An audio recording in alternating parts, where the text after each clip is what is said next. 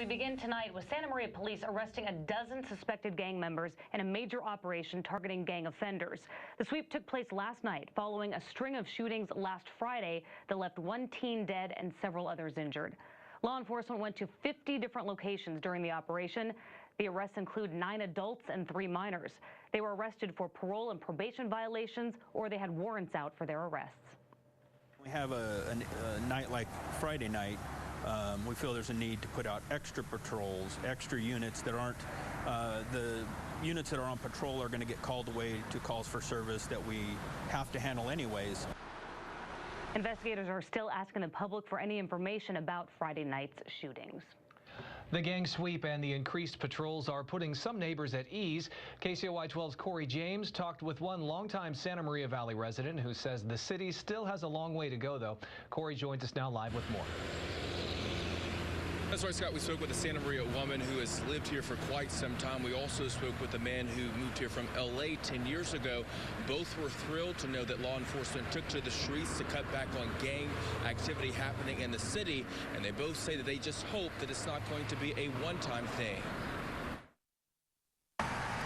A gang operation involving several local and state agencies sent 12 suspected gang members in the Santa Maria area to jail Monday night. I think they should arrest 12 people every day until it is condensed. Dawn Gouja, a grandmother of 2, says having 12 locked up and off the streets is good, but she wants to see that number rise.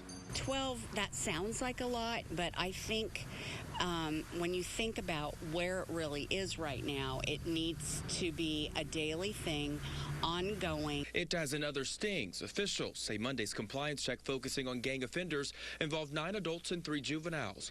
All either had probation or parole violations or warrants out for their arrest. And that's sad. It's really, really sad. It doesn't need to be that way. A saddening reality for this lifelong Valley resident who has been watching crime in her hometown spiral out of control.